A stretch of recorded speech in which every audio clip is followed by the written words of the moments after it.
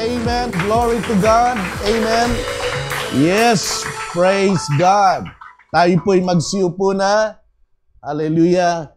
Pakitapik ng inyong katabi at sabihin mo, purihin ang Diyos na nandito ka. Yan. Thank you, church, for being here today. Glory to God. Well, good morning, church. Good morning. Hallelujah. Praise God. Well, simula kahapon tayo nagkaroon ng Encounter God Retreat. Andito pa ba yung mga delegates ng Encounter God Retreat? Pwede ba pumalakpak? Amen. Yan, si Kuya Raymond, si Sister Al.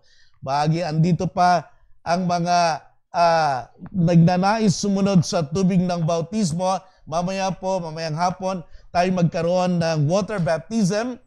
Okay, doon po sa 4 na po, mahigit na umattend kahapon ay 12 doon ay nag-decide to obey the Lord in water baptism. Mamaya po, ipapakilala sila sa atin ni Pastor Alex. Okay? At kayon pa man, purihin na natin ang Diyos, palakpakan natin ang ating mga kapatiran na ito.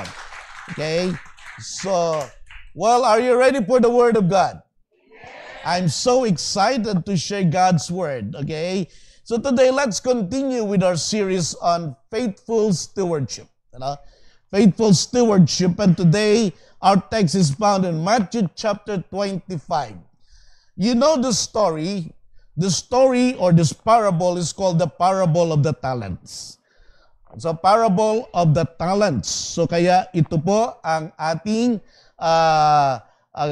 message na pagmula na ating message today. So this passage, I would like to talk to you on the subject, faithful stewards, or good and faithful stewards. This passage is also known as the parable of the talents. You know, a parable is actually a short, fictitious story na usually nag-illustrate ng moral attitude or biblical principle. Remember, Jesus used a lot of parables during his earthly ministry to illustrate biblical principle or heavenly message. This passage in Matthew chapter 25 is a story with moral principle, biblical principle about talents, or how to become a good and faithful steward, ang pagiging mabuting katiwala ng Diyos. Okay? The parable of the talent now for us today, pag sinabing talent, ano ang nasa isip mo? Magaling kumanta, di ba? Magaling sumayaw. Okay? Magaling tumalon sa alambre. Alam niyo ba yun? Ano? Magaling kumain ng apoy. O di kaya ito, magaling kang matulog pag nagpipreach si pastor. Yan. Talent din yun, ha? Yung hindi halata, parang one. Alright, anyway. Ang talent na tinutukoy dito sa Matthew chapter 25 is actually about currency. About currency, dollar, peso, or money. Itong talent dito. Kaya nga, yung ibang version, ang subtitle ay Parable of the Loaned Money. Yung pinahiram. Okay, pinagkatiwala. Now, hindi po nagkakasundo ang mga Bible scholars may study kung magkano ang equivalent ng isang talent. Kasi dito sabi, yung isa ay binigyan ng 5 talents, yung isa 2 talents, yung isa 1 talent. So ano po, if this is currency, sabi ng mga ibang scholars, ang isang talent ay nag-equivalent daw ng 3 to 6 months na sweldo noon. Okay? Yung iba naman, sabi niya, it's 1 year na sweldo. Or, kaya pwede nating sabing i-assume that 1 talent is equivalent to a huge amount of money. If it is 1 year, okay, so magkano ang minimum ngayon? Kung 16,000 per month, times 12, that's almost 200,000. So, let's assume that 1 talent here is 200,000 at ikaw ay pinahiram. Kung balikan po natin ang verse 14, sabi dito, again, okay, wala pong sentence na nagsisimula ng again. unless may mga preceding or you want to emphasize something. Because this Matthew chapter 25 is actually a series of parables about the kingdom of God. So after Jesus shared the first parable in verse 1 and in verse 14, he started again. Okay, verse 14, sabi dito, again, the kingdom of heaven can be illustrated by the story of a man going on a long trip. He called together his servants and entrusted. Notice the word entrusted, here. He entrusted his money to them while he was gone. Okay? So, mga kapatid, mapapansin po natin na this parable is actually, sabi nga, part of a series of parables discussed in Matthew chapter 25 about the kingdom of heaven. Well, this is a picture or a reminder to the believers, to the Christians, to the churches today na maging mabuting katiwala ng Diyos hanggang sa kanyang pagbabalik. Okay? And Matthew 25, sabi ko, is a series of parables pointing to the sign of the end times or about the coming of the Lord, na siya ay babalik. At ito'y palala sa atin na anuman ang mga edad natin ngayon, anuman ang kalagayan natin, bata ka man, youth, senior, okay, tayo, alam nyo, may time na tayo ay lahat haharap sa Panginoon at magbigay ng pagsusulit doon sa mga pinagkaloob niya sa atin. Okay? So we will give an account for the things He has given us.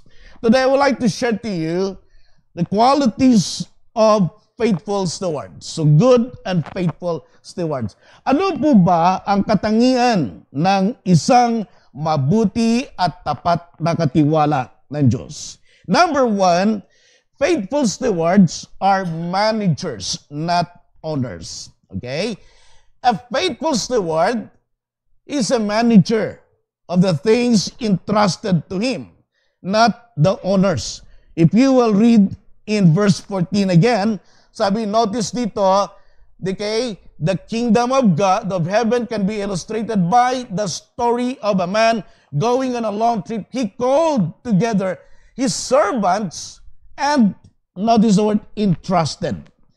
Okay, notice the word entrusted. Alam niyo ba ang ibig sabihin ng salitang entrusted? Okay, pinagkatiwala. Ibig sabihin, hindi sa iyo yan. Amen po ba? Okay, pinagkatiwala. Yan man ay kotse, bahay, yan man ay sapatos o pera. Kaya dahil ito'y pinagkatiwala lang sa iyo, i-manage mo ng maayos. Ano po? Para hindi masira at hindi naman nakakaya sa tunay na may-ari. Di po ba? So kaya ingatan natin for the benefit of the real owner. So notice, do it po. His money. Whose money? The master's money. Alright? So his property, meaning the master's money or property. Therefore, a steward is someone who has been entrusted by something owned by somebody. And we are stewards of God here on earth. Okay? So, this parable tells us that as children of God, bilang mga anak ng Diyos, we have been entrusted with everything good that comes from God. Can I hear amen? Okay? So as stewards, we will take good care of everything God has entrusted to us until the Lord comes or until the Lord will bring us home. Again, we are not the owner, God is. Amen? And who are you? You are the manager. Pakisabi ka sa kanya, hello manager. Okay, manager ka pala. Okay. You see, can you imagine, manager ka rin. Amen? Hindi lang yung nagkikita natin sa bank or sa yung mga managers niyo sa office niyo, ikaw ay manager din. Manager ng Diyos. Amen? Again, let me repeat that everything that we have in life comes from God and belongs to God. Amen? Kapatid, totoo yan. Okay? Pati buhay mo, kaloob ng Diyos yan. Can I hear amen? Okay? So, buhay mo, di mo pagmamayari. Biyaya ng Diyos na ikay binayaan ng buhay, kaya nandito tayo ngayon. Okay? Pinagkatiwala ng Diyos ang trabaho natin, ang negosyo natin, okay? Ang mga pera natin, bahay at iba pa, si Lord ang nagmamayari, tayo ang nagmamanage. Kaya dapat maging mabuting manager or katiwala po tayo. Kaya be a good steward of God's property. Lahat tayo ay binigyan, biniyayaan ng mabubuti at magandang bagay, kaya tayo ay pinagkatiwalaan ng talent or good things. You know?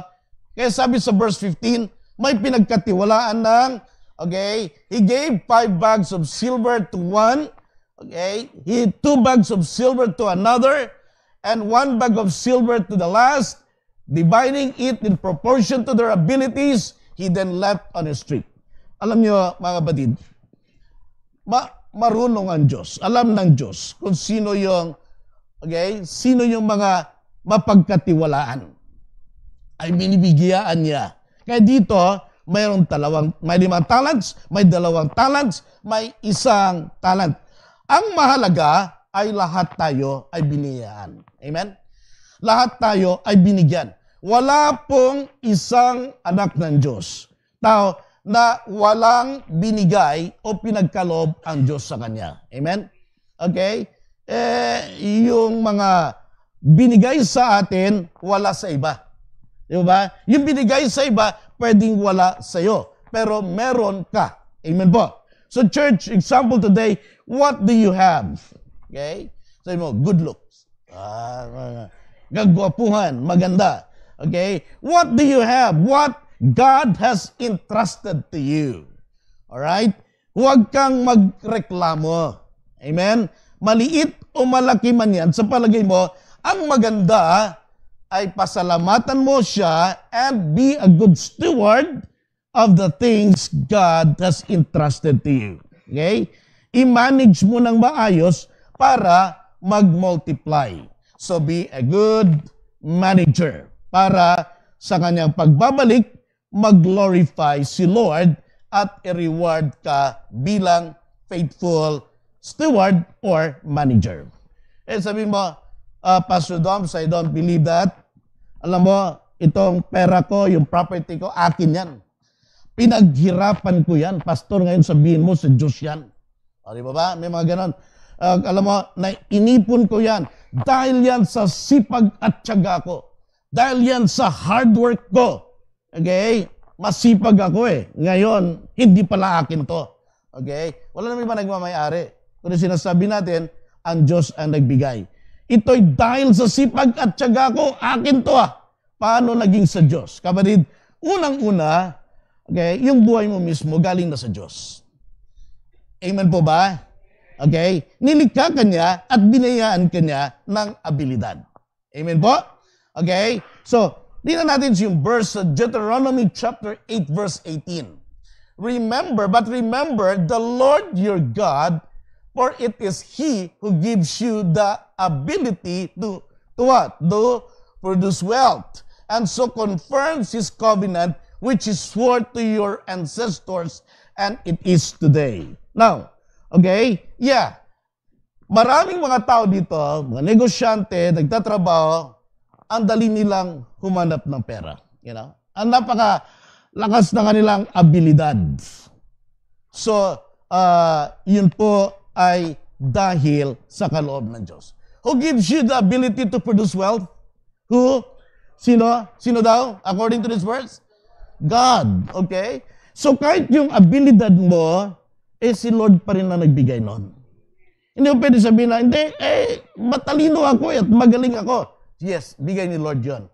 Hindi ba akin yun? Hindi. Okay? So kaya, this verse tells us. Now, who gives you the ability, the wisdom, the skills to produce and multiply wealth? God. Sa kanya galing lahat sa biyaya ni Lord. Okay? Sino ba nagmamayari ng lahat ng bagay? Psalm 24, verse 1. The earth is the Lord's. Okay? The earth, ang lahat ng nasa mundo, and everything in it, the world and all who live in it, including you. Hello? Amen po ba? Kaya, now, who are you? Manager. Okay? Who are you? Steward. So, anong dapat gawin?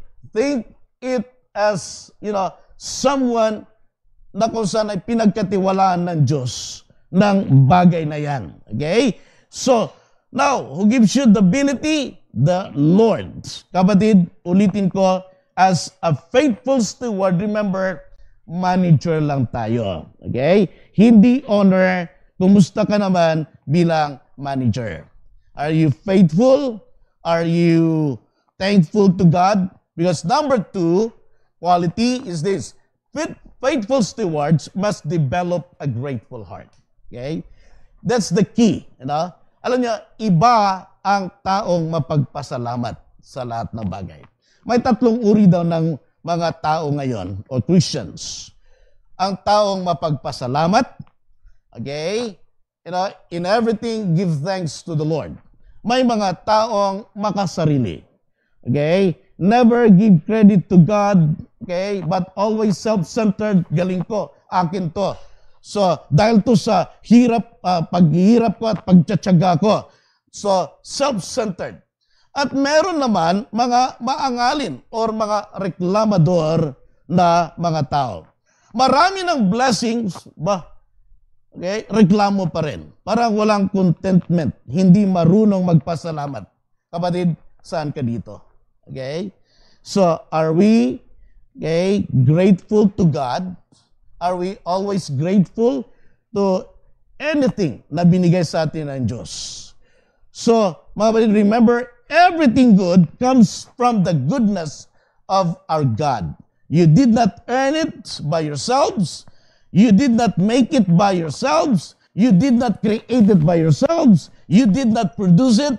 God gave every good and perfect gift sa atin. James 1:17, anong sabi? Every good and perfect gift is from above, okay, coming down from the Father of the heavenly lights, who does not change like shifting shadows. So saan galing? Coming down from the Father of the heavenly lights. Hallelujah. Kapatid, lahat ng mabubuti at magagandang bagay mula kay Lord. Okay? Yung paghinga mo, galing kay Lord. Yung oxygen, okay, galing kay Lord. Yung lakas mo, galing kay Lord. Yung abilidad mo, galing kay Lord. Yung pagkain mo, araw-araw, galing kay Lord. That's why we say grace. Okay? Bigay ni Lord. Yung trabaho mong papasukan bukas, yung negosyo mong imamanage bukas, galing kay Lord. Amen? Tama po ba? Okay? So, yung school na papasok ka bukas, binigyan ka ni Lord ng pagkakataon mag-aral. Praise God sa provision niya. Binigay pa rin ni Lord yan. So, if you think it that way, wala kang gawin kundi i-honor si Lord at magpasalamat sa Kanya. Amen? Kaya don't forget to thank God. Kapatid, araw-araw, bawat minuto ng ating buhay, ang bukang bibig natin ay dapat pasasalamat at pagpupuri sa tapat at mabuting Diyos. Lahat ay pahiram sa atin ng Panginoon dahil siya ay gracious God. Okay? Kaya ito po ang ating nais. If you agree that God is gracious, generous, loving God to you, can we give God a clap offering? Come on. Hallelujah. Thank you, Jesus.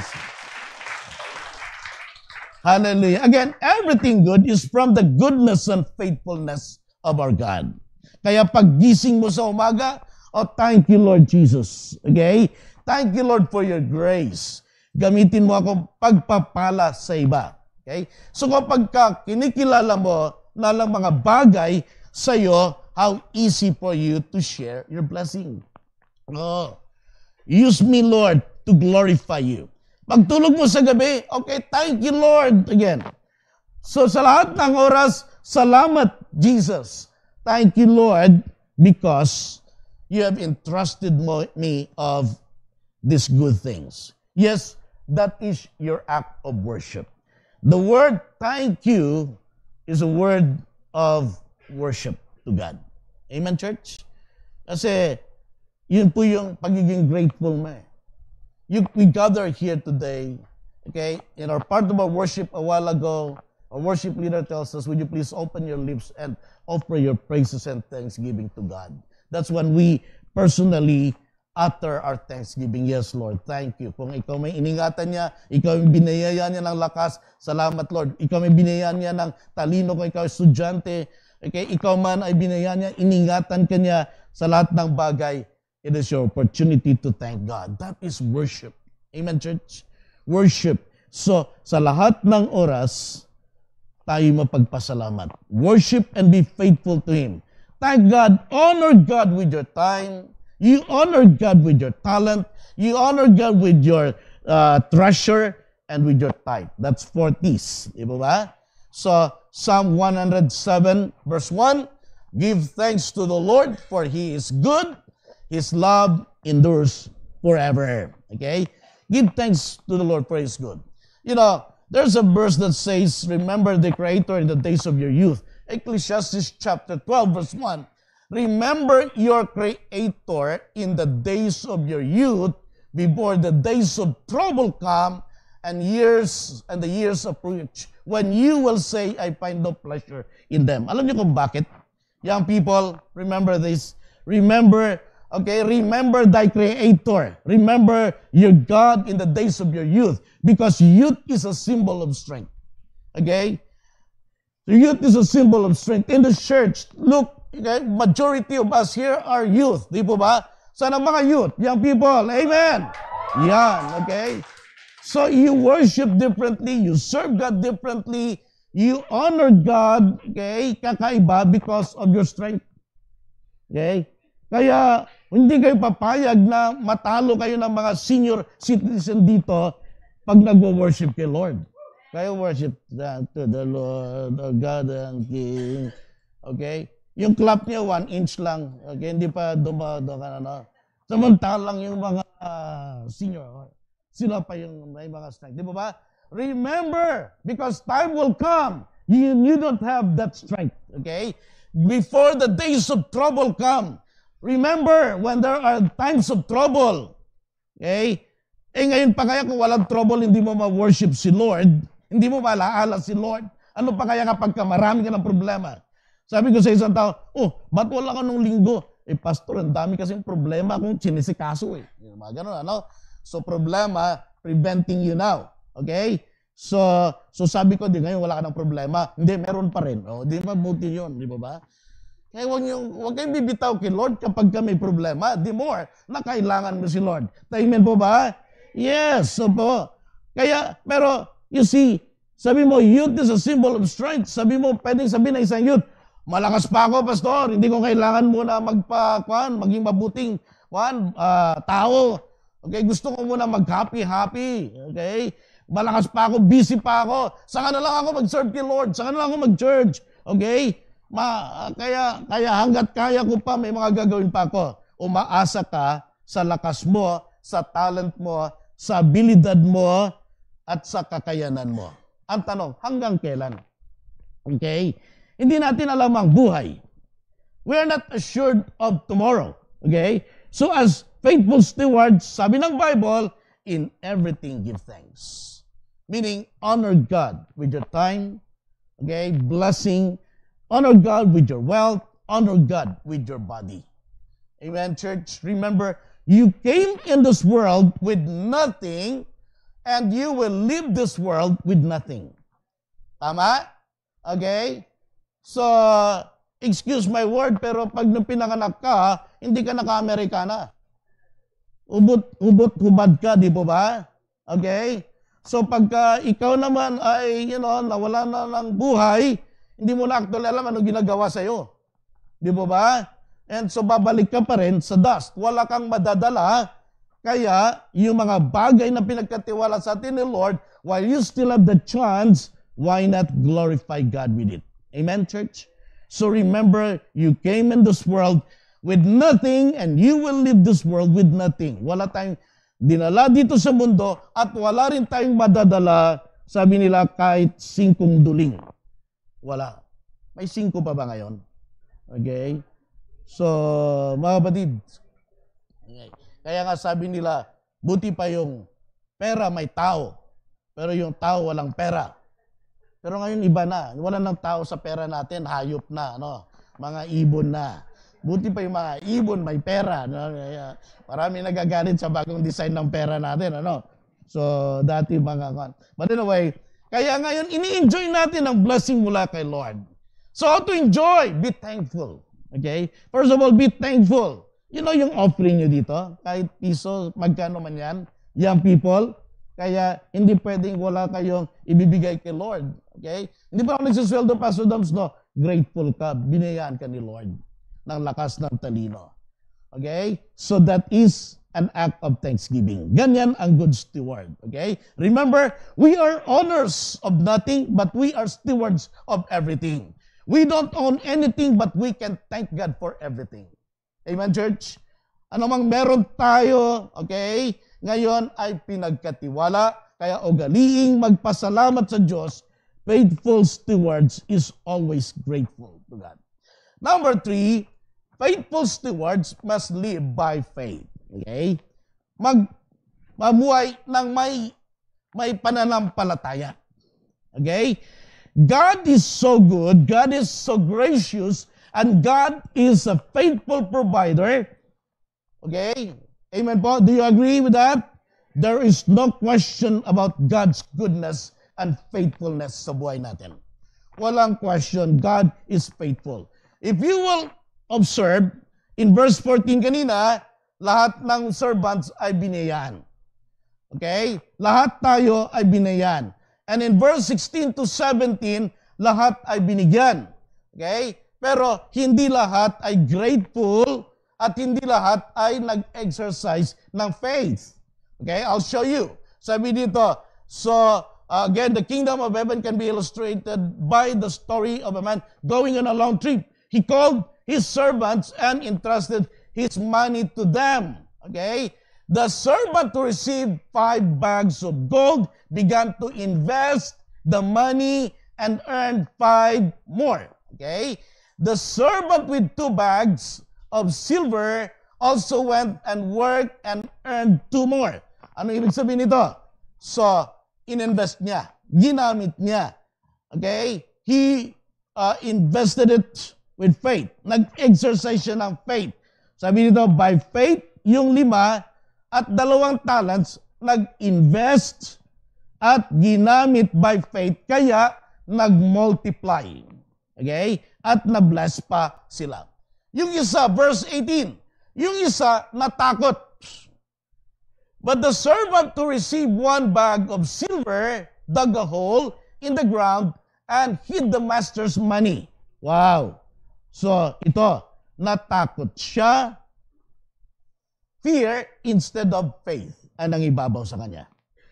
So, dahil doon, ibinaon niya ang talent, meaning to say, ito yung mga taong tamad, natulog, walang pananampalataya, nagliwaliw, namasyal, yung binigay ni Lord, hindi niya ginamit sa wasto at tamang kaparaanan.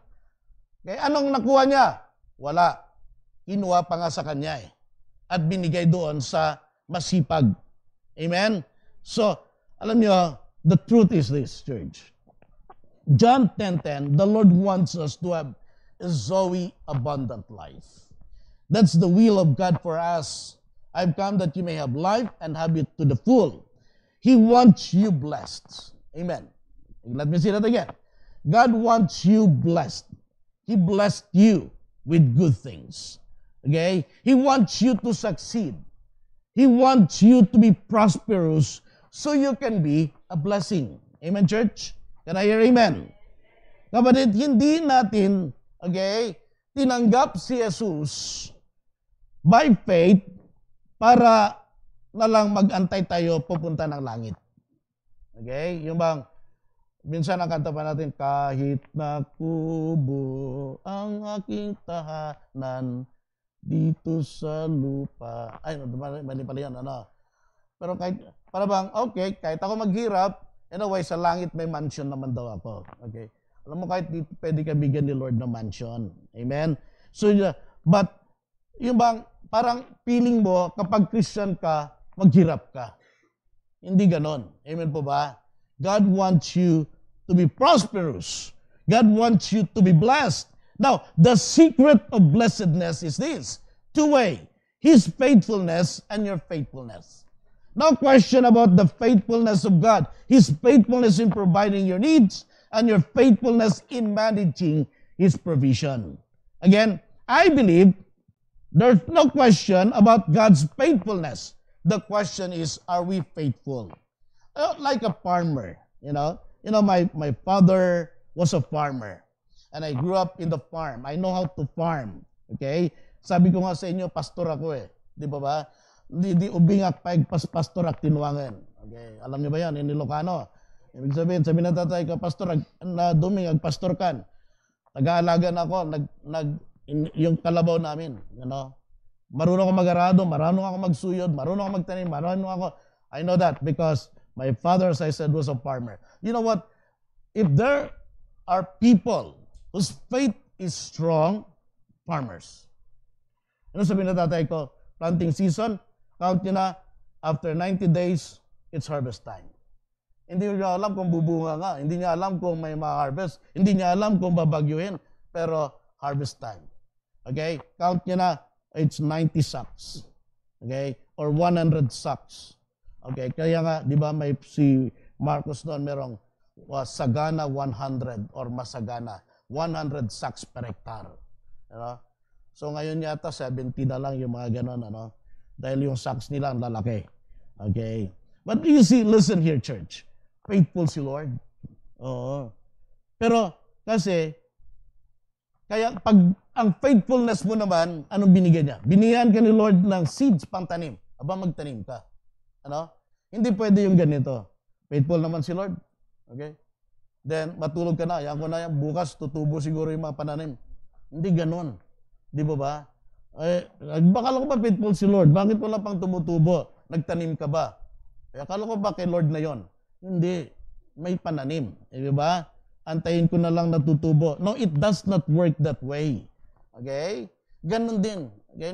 Sinong nagnanais dito magkaroon ng sariling bahay? Say amen. Okay? Amen. Yung wife ko, amen na amen yan. Ano? Okay? Pati, sinong gusto ng brand new car dito? Amen.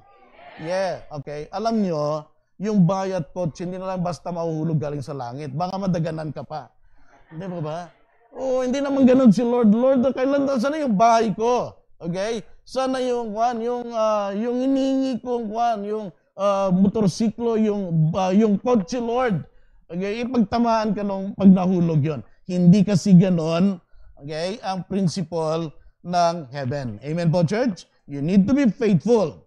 Okay? Yes, faithful si Lord, but you need to make good decisions. You need to have wisdom. You need to be faithful steward, to be a faithful steward, and faithful in obeying and doing the will of God for you.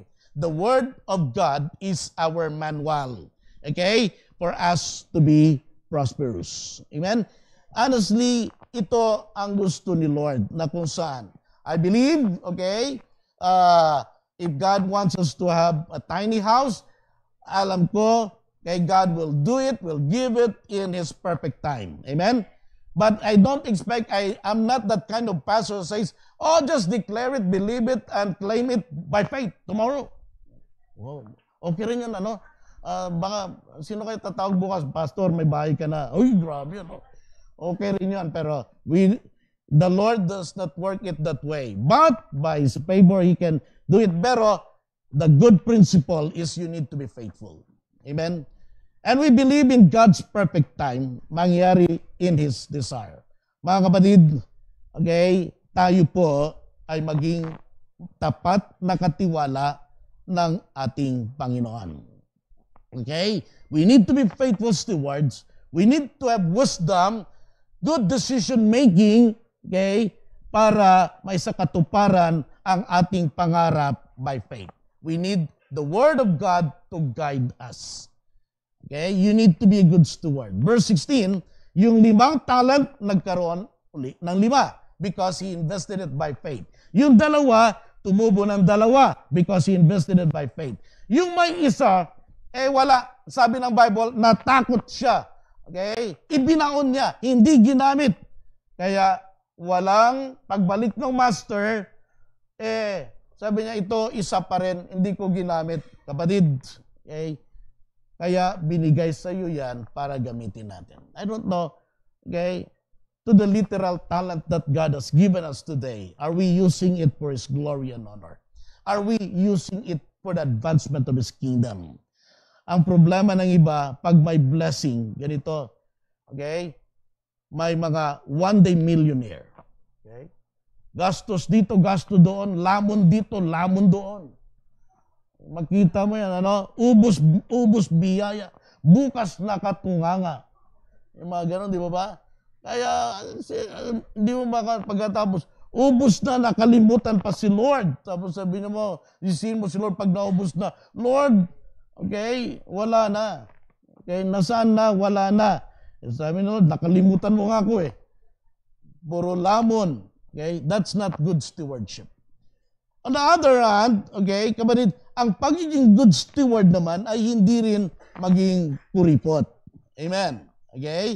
Di ka na kumakain ng masarap, di ka na namamasyal o nagtatravel, di ka na mabibili ng bagong mga gamit mo, di ka na nagbibless sa iba, di ka na gagastos baka maubos. Okay? Kaya pati tithe mo, ayaw mo nang magbigay. So, lahat yan, ayaw mo nang galawin. Hindi. Kaya katulad nung isa, hindi niya nga ginalaw, binaon niya, kasi sumubra naman, kakuriputan niya. Alam mo, hindi masama bumili ng bago. Hindi masama mag-bless. Okay? Wag lang at the expense of your family and to more important things in your life. Amen? So, mga kapatid, that blessing is yours for you to enjoy. You need wisdom. You need to be a good steward. You need to be a good manager. So, mga kapatid, hindi good stewardship naman yung napapabayaan mo. So like for example, a story about Hetty Green. Hetty Green died, but lived, he was very rich, yet he lived like a pauper, and yet he died with 200 million in his bank. So, kaya yung kanyang anak, kailangan i-amputate yung kanyang paa dahil ayaw niyang gumastos at ayaw niyang pagaling hanggat kailangan ng putulin. Ayaw niyang gumamit ng kuryente para pampainit ng kanyang noodles or kanyang painan, kape, kasi gagastos pa ng kuryente. So, ganun siya. Pero meron siyang pera. Okay?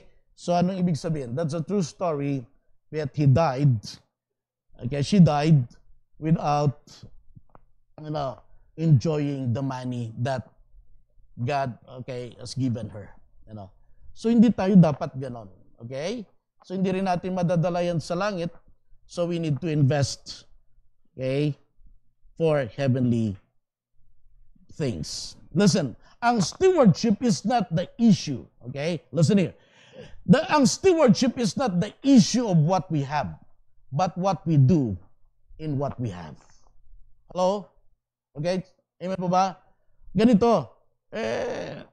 Konti lang ito sa akin, yung iba na lang magbigay ng mga kan. Now, what do you do with what you have? Okay, you're trying to compare with others. Yung mga mayayaman na lang, yung mga kan, sila na lang marami. Actually, kaya dumami yon dahil marunong silang nag-manage. Okay? Kaya nga ang faithful steward, marunong mag-invest sa kanya at magaling mag-manage, mag-share. Kaya no wonder, yung mga faithful, generous na tao ay lalo pang pinagpapala ni Lord, okay? Because they believe they cannot outgive God. Amen? Minsan sabi mo, you bless. Okay? And you think a blessing as something na deduction sa'yo. No. There are investment where you are just like opening a faucet para kayo lubos na pagpalain. Amen, church? When we were talking about our our jail ministry or CIW ministry many years ago, after I said to the elders, I cannot do the CIW ministry anymore. So kung walang sasalo, walang tao, okay, we might as well stop the ministry. In other words, ang principle natin, pag walang tao, walang ministry. And so, you know what? Kung may tao, then we'll continue. Ang CIW, hindi tayo nagmi-ministry doon para humingi ng offering sa mga nakakulong. Wala. That is a crime. In other words, so sabi ni Sister Ludi, alam mo, hindi yan kawalan, hindi yan kabawasan sa atin, yung gagastos tayo para mag-share para sa mga people deprived of liberty or sa mga inmates, but it's a blessing. Okay? Isang pagkataon na kung bakit tayo binibless ni Lord. Because we know how to bless. Amen, church? Okay? Today, this time, we are helping tribal pastors. Okay? Some of our elders will go to Davao to minister and to do Encounter God retreat because tribal pastors, they don't know, they're not aware of what's going on in the spiritual realms. Yung kinagisnan nila, kung ano man yung, mga usog-usog, mga tabi-tabi, at saka alam pa rin ng mga pastor yon. I-pastor ka, ganon yung buhay mo. Ano? So we want to be there to open their eyes, their mind, of the truth, okay, that you're in Christ and in Christ alone. Amen, church? So that's why, yes, okay, we are not expecting for them to feed us, to refund our ticket or whatever. No, we go there. Just like what we are doing in our medical dental missions. Okay? We give it freely. We serve people with no strings attached because we are doing it for the sake of the gospel. Amen, church? So let's give God a clap offering for what the Lord is doing to His church. Hallelujah. So church, kaya tayo po, ang pagiging faithful stewards, yung ating mga kaloob sa Panginoon, when you are doing it for the Lord, actually, parang gripo yan na binuksan mo para ikaw ay lubos pang pagpapalain ng Diyos. Faithful stewards, okay, must walk by faith, serve by faith, give by faith, and honor God by faith. Number 4, faithful stewards always ready to give an account to God. Okay? Hindi siya natatakot dumating man ang Panginoon ngayon. Okay? Tatawagin man siya ni Lord, hindi siya natatakot because we know that we will give an account to God. Siya ay laging handa. Anytime man ang pagsusulit. Remember, lahat tayo ay binigay ng Diyos ng mabubuti at magandang bagay. At the end of the day, lahat tayo ay haharap din sa Diyos para magbigay ng pagsusulit or to give an account to God. Magre-report tayo. Okay? Tatanungin tayo sa pamumuhay natin at paano natin ginamit ang mga bagay na binigay sa atin ng Diyos. Ang faithful steward ay laging handa sa mga pagsusulit. Bakit po? Dahil siya ay tapat. Ito, yung mga stewards na ito, ay yung mga servants, hindi nila alam kung kailan babalik yung kanilang master. Okay? Kaya yung dalawa, yung nakatanggap ng 5, ng 2, ininvest nila, dumating. Hindi nila alam kung kailan. Naging handa sila sa pagsusulit. Okay? Sir, ito yung 5, tumubo ng 5. Okay? Sir, ito yung 2 ko, tumubo rin ng 2. Anong sabi ng Panginoon? Well done, good and faithful servant. Amen po ba? Okay? Sabi ng isa, Sir, yung binigay mo sa akin, ito, tinago ko, binaon ko, hindi ko ginamit. So, alam mo naman na darating ako. Alam mo naman na pinagkatiwala ko sa iyo. Anong ginawa mo? Oo nga, sir Okay? Wala akong ginawa. Natulog, tinamad ako Okay? Yan ang mahirap. One day, we will face God and we will give an account on how we use it. 2 Corinthians chapter 5, verse 10, okay? So, this is not the white throne judgment. Actually, there are 2 kinds of judgment in the Bible. One is called the white throne judgment. People will be judged if they accept Jesus Christ as their Lord and Savior. Did you believe in what Jesus Christ has done on the cross for you? Did you recognize Jesus as your Lord and Savior? Okay? So, when you said, yes, I received Jesus Christ, then you go to heaven. You say, no, I don't believe in Jesus, I believe in Buddha, you go to hell. Okay? That's white throne judgment. That's in Revelation. But there's another judgment, but actually it's reward day. You know? So, faithful stewards will be fully rewarded. You know? Sabi nito, we must all appear before the judgment seat of Christ so that each of us may receive what is due us for the things done while in the body. Now, whether good or bad. Okay? What is this? Church number 5, faithful stewards will be fully rewarded. There is an accounting time. Okay? Those who have been faithful will be rewarded. Verse 20 to 22.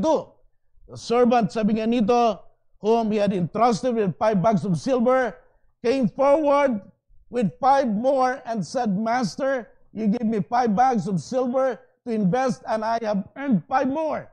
The master was full of praise. Well done, my good and faithful servant. You have been faithful in handling this small amount, so now I will give you many more responsibilities. Okay? And many more responsibilities. Okay? And let's celebrate together. Hallelujah. Okay? The Lord is pleased because of what you have done, out of your faithfulness. The master replied, well done, good and faithful servant. Kaya tama si Sister Ludi sa statement niya. Okay? The reward for good work is more work. You know, and I will give you many more responsibilities. So, sabi mo, ay magtitinamad na nga lang ako, baka mamaya bibigyan ako ng marami. Okay? Every time na ako, di ba? Praise God. Glory to God. The reward of good work is more work. Hallelujah. Actually, and so let us celebrate. Well done, good and faithful servant. Listen, church. Well done, good and faithful servant. Are you good and faithful steward? In Revelation chapter 22, verse 12. Sabi ni Jesus, look, I am coming soon. My reward is with me, and I will give to each person according to what they have done. Hallelujah. I hope that this will inspire us all the more to serve and give to God faithfully what belongs to God. Sa oras natin, okay, sa talent natin, sa mga treasure, sa ating tithe, are we faithful? Kapatid, okay, use it, give it with joy. Again, be faithful with your time. With your time with the Lord. Sunday is the first day of the week that belongs to God. Are we honoring God with our time? With your talent. So God has given you talent, literal, spiritual gift to serve in different ministry. You treasure. Do you know how to share? Do you know how to be a blessing? Okay? So, invest to those people na ginagamit ni Lord. Our tithe, our offering to the Lord, dapat automatic yan. Huwag nating pabayaan ang sinabi ni Lord. Be faithful steward. Amen? May I ask everyone right now to please bow their head, close their eyes. Church, listen. God wants you to be good and faithful stewards. Kapatid, be faithful even when others are not. After all, lahat tayo ay haharap kay Lord and will be rewarded. Don't make an excuse. If some of your friends are trying to pull you down, be faithful to God. Maging tapat ka. Sa oras mo, sa talent mo, sa mga magagandang bagay na pinagkaloob sa iyo ni Lord, be a blessing, maging sa offering mo para sa Kanya. As Christians, we're expected to serve God, to love our neighbors, to give our offerings, and to be faithful to Him. Commit to God. May I ask the worship team to please come as we sing this song. Let this be our prayer and dedication. May I ask everyone to please stand now as we sing this song, Lord, I offer my life to you. Hallelujah. Would you please raise your hands? Father, we raise our hands up high to you as a gesture of our surrender, of committing ourselves to you. Lord, we raise our hands to our Father. We offer everything to you, Lord. I pray that you will find us faithful of everything that you have entrusted to us. Commit your life to God as we sing this song in Jesus' name. Amen.